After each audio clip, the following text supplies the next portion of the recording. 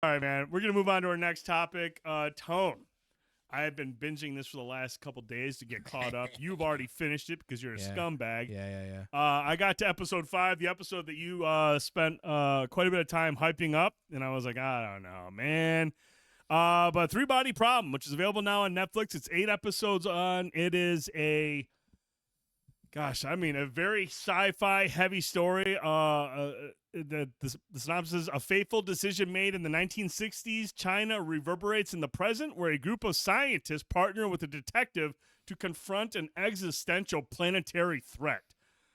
This comes from the showrunners from Game of Thrones, David Benioff and D.B. Weiss.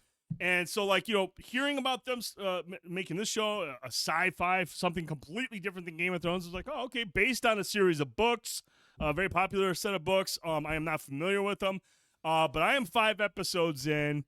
Tone, you got the best episode in. Dude, episode 5, he hyped it up, and whenever I hear somebody talk about an episode, I'm like, oh man, is it gonna really live up to it now? Right. Yes, it does.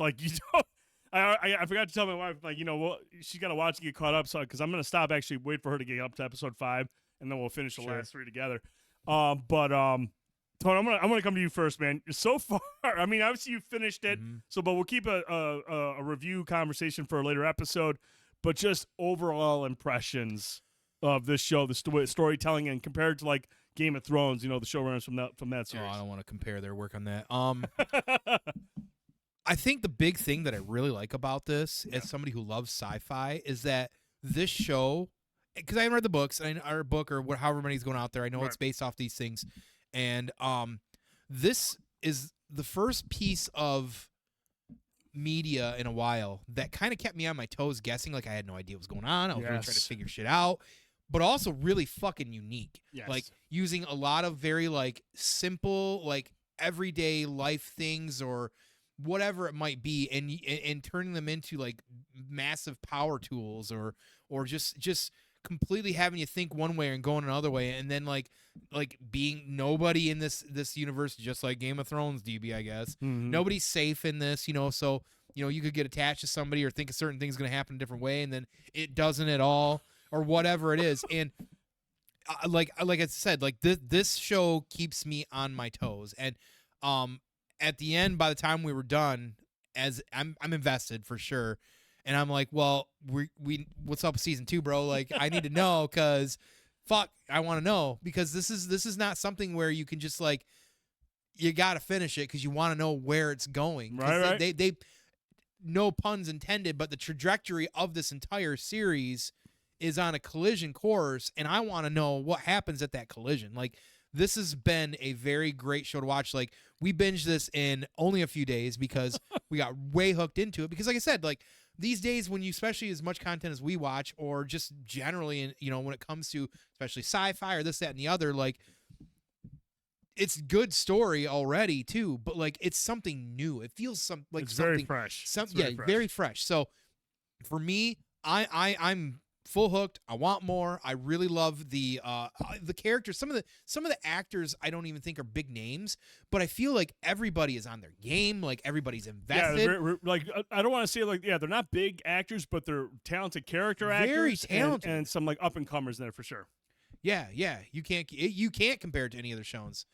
She's got some qualms. I'm certain that I'm probably missing some qualms, but no, and that's something we will definitely get into. We'll have to dive into some point, because I just want to share those initial kind of feeling for the series. But after going through the 8 episodes, I definitely want more. Yeah, that's the bottom line. And it, like you said, it feels fresh, and I've really enjoyed. Excuse me, there's the beer. I've really enjoyed watching it. So, well, the showrunners stated earlier this year that they intend to adapt Remembrance of Earth's Past, the entire trilogy of books. So there's 3 books, a trilogy of them, and they want to bring these together in at most 4 seasons. So I feel like with these guys running the show, a talented cast, an audience score that's doing really well, I'm sure it's getting a lot of viewers. Although at the same time, I could see this being a little bit much for some people who are looking for just a casual show. Yeah. Because as interesting as this show is, and there are some haymaker moments, but there is a lot of other stuff going on that requires you to really put some thought into what's going on. Yeah, you got to be attentive. It's not a show that you're just there for the spectacle. It's not your typical sci-fi. It's more like something like 12 Monkeys, where it's There's a lot of things going on. You got to pay attention, piece things together. Don't be on your phone too much. Yeah, and it's not a show that's kind of like hold your hand and guide you along. Yeah. Like you're really trying to figure out what's going on. Much like Game of Thrones, like you never knew what the fuck was going on. And then, it's funny, we talk about episode 5, and again, we won't get into any spoilers, but, the first episode when it came on TV, it said TV mature.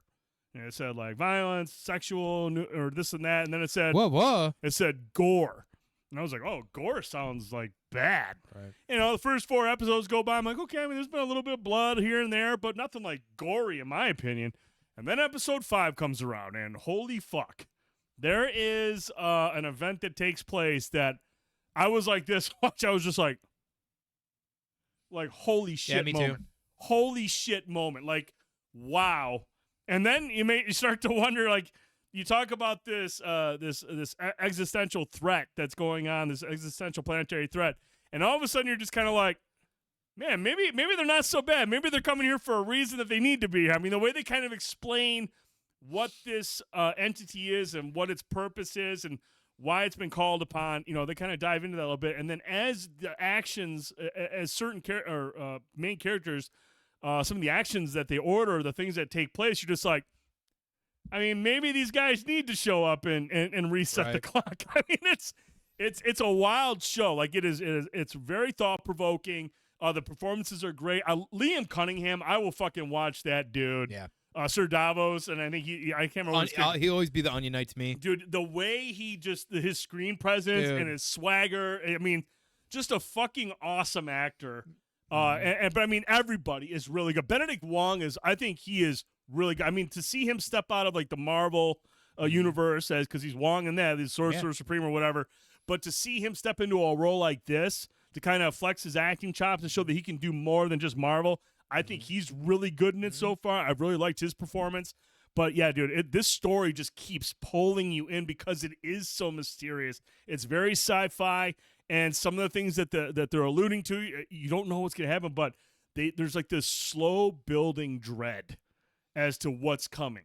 And I just, after the 5th episode and some of the twists and turns that have taken place, you're just like, fuck, dude, what is going to happen next? It's a great show so far. I mean, whether or not sticks the landing, he knows. I don't know yet, but I mean, the buzz is there. It's reviewed well. The audience score is kind of what I would expect it to be for something like this. Honestly, I think it's at like a 76% or I thought it's 79. Maybe it's 70, somewhere high in 70s. There. Not as high as I thought it would be for a Netflix show. I mean, usually typically like when there's something that has this kind of buzz, fans love it. I think it's just one of those things where like it's not going to be for everybody because you do have to be attentive. If you're fucking around on your phone, which a lot of people, I mean, we can go back to the last couple Godzillas in my opinion as well too.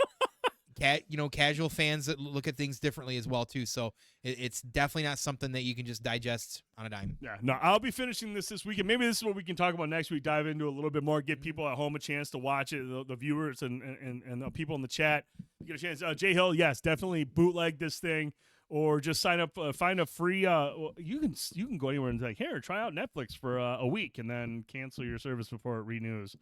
Free week or something like that. Do something like that. Where you can check out the show. I want to get a lot of people's thoughts. So if you have a chance to see this, or if you have watched the whole thing, let us know in the comments below what you think of the entire series or what you think of it so far. We want to hear your thoughts. I feel like this is going to be a show. If it ends the way I think it's going to end, this is going to like generate a lot of talk. Amongst the fans that do enjoy it. So I think this show is really good so far. And episode 5 will knock you on your fucking ass because like. The ball is now rolling, and like the threat is imminent, and you're just like this shit's fucking wild. Nothing yet. Oh, really? I mean, not necessarily that, but like where the story starts going. Yeah, like I said, it's pretty neat. I'm really excited. Pretty neat. So let us know in the comments below what you think of it. We're really curious to get your thoughts.